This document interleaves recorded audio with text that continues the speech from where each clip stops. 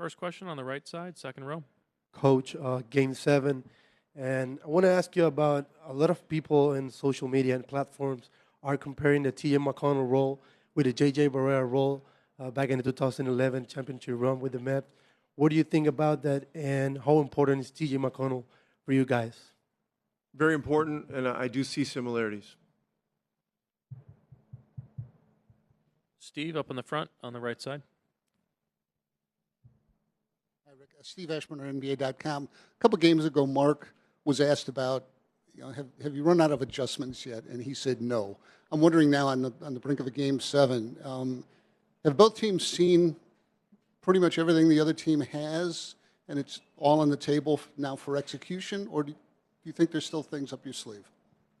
Well, there are more adjustments that can be made for sure. So we'll see. Barry, straight ahead. Yeah, Barry Trammell, Tulsa World. We talk a lot about the Game 7 pressure on the players. You feel any pressure as a coach to coach any different or make better decisions, or how do you approach and what kind of an advantage is your experience over Daignault in a Game 7? I love pressure. I mean, as you go on in your competitive life in sport, what you learn is that these moments are rare, and trying to duplicate this kind of situation is something that you look to do in everyday life, and it's not easy to do that. It's not easy to do that. So I'm very much looking forward to Game 7. These are the last time we've had one of these in the finals, I think, was 16.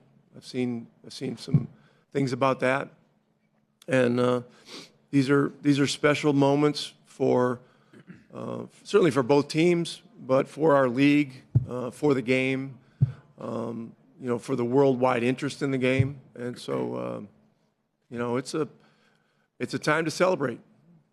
Fourth row on the left over here. Rick over here. Before the series, you talked about how you expected a very exciting series, and here we are, 3 games apiece, a differential of just 7 points. Has it gone the way you expected as far as that excitement level, and is it something that you saw that a lot of others perhaps didn't see in this series? I mean, you never know how it's going to go. I'd be lying if I said this has gone exactly as I expected. Because each playoff series, each game is a different thing, and each game takes on a different personality, has different characteristics. Different guys step up, different situations happen, et cetera. So the truth is that nothing else previous to this matters at all now. I mean, we're just down to one game and one opportunity, and so we're really looking forward to it. Standing on the right side. Obviously, Coach, besides you, how similar is this group and this playoff run to the one you had with the Mavericks back in 2011? And how much do you use it as a motivation for your group nowadays? Well, there are some similarities. Certainly the character level of the players on the team there are great similarities there. I mean, both of these groups, the 11 Mavericks and the 25 Pacers, just have great people. I see Oklahoma as having a similar type team. The Mavericks team was more veteran than we are. We have veterans, but we had more guys in their 30s who had been in a lot of playoff runs and stuff like that. There's a difference there, but yeah, I mean, but when it comes down to it, it's 48 minutes. It's 48 minutes, and once again, we're very grateful for our fans. We're very grateful for our organization. Our staff is very grateful for the guys we have on our team and the collaborative spirit that we've had all year. And now it's one game. Aurelia, down here on the left. Hi, Rick, over here. There's a lot of talking at the moment how Obi Toppin developed as a player, especially when it comes to the defense side. When he was with the Knicks, we saw him as a great dunker, but never really playing that great defense. But now he became such an important role, also not just dunking, also having this impact on the defense side. So what can you share about what approach did you have to actually bring so much more out of a player, not just scoring, also being on the defense side? Well, when we acquired him 2 years ago in the trade with New York, the first thing we talked to him about was the fact that we were thrilled to have him. We saw a lot of special qualities in him as a young player that still had a lot of development to do. We talked to him about defense and rebounding, that those are two areas where he still has significant upside, and that we were gonna commit to helping him develop in those two areas. What we've learned about Obi is that he's a great teammate. He's a great worker. He wants to be a part of something that isn't just about him. And so he's worked extremely hard, and he's improved in both of those areas. And so, at certain points of the year, he's been one of our better defensive rebounders, and that had been one of his weaknesses. So, I'm proud of all of our guys. But him in particular, he's really come a long way. Back right. Yeah, Cliff Brunt, Associated Press. Chet Holmgren's been somewhat limited in this series from an offensive and scoring standpoint. What's worked, and how critical of a piece has that been in getting you guys to the point that you are?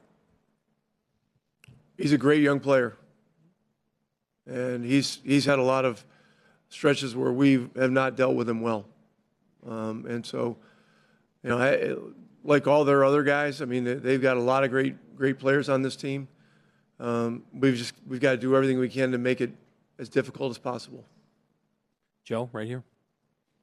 I know that this is a tough time for reflection with one more big one to go, but you go so far back in the state of Indiana and Indianapolis. This is your third stint here, obviously. What has this run up to now meant to you, just to be a part of it and the head of it, just given your long history in the state? Yeah, I haven't been doing a lot of reminiscing about that. When you are part of a playoff run that gets going and you can keep it going, there's a part of you, and I'm speaking myself personally. You want to avoid thinking about warm fuzzy things. You've got to really concentrate on process. You got to keep trying to think of little tiny things that you can do as a coach to help enhance your players' abilities to play their best and things like that. But I will say that the 3 games of this series at Gainbridge Fieldhouse have been the loudest that I've ever heard that place. And my first stint in Indiana in the 90s with Larry, we were in Market Square for 2 years, and that was very loud too. And then we were in, it was Conseco at the time, in the inaugural year, and made an unexpected run to the finals that year, and that was extremely loud too. I remember particularly Game 3, after we had dropped the first 2 games to the Lakers. My second stint as a head coach, we got to the conference finals that first year, and the place was rocking, But I have never heard it as loud as I've heard it this year. So I know that means it's meant an awful lot to our fan base. The story of this franchise is interesting because the franchise was almost lost at one point. There was a telethon to bring it back to life, and they had to raise a certain amount of money and sell a certain number of tickets so the bank would foreclose on the franchise. And so, Nancy and Slick Leonard had a lot to do with that. And then the Simons came in and purchased the team. And then from there, it's been 40 40, 41, maybe it's going on 42 years now. I don't know. So, but it's a long, storied journey, and I know all this right now means a lot to our fans, and so we've just got to focus on one game. Last quick question in the middle. Martin Ritmo. A few years ago, you installed an offense that relied heavily on passing, heavy passing. And that, whether it's causal or not, ended up with you not having a single or two single sources of scoring. Scoring was spread out as well. To what extent was that a decision made philosophically by you, given the material you had, the players you had? Or to what extent did you think it's going to be very hard for the best defense in basketball to cover all these guys? Yeah, I mean, I'm not exactly sure what time frame you're talking about or what year or whatever, but I just, our roster is built in a way where we need balance.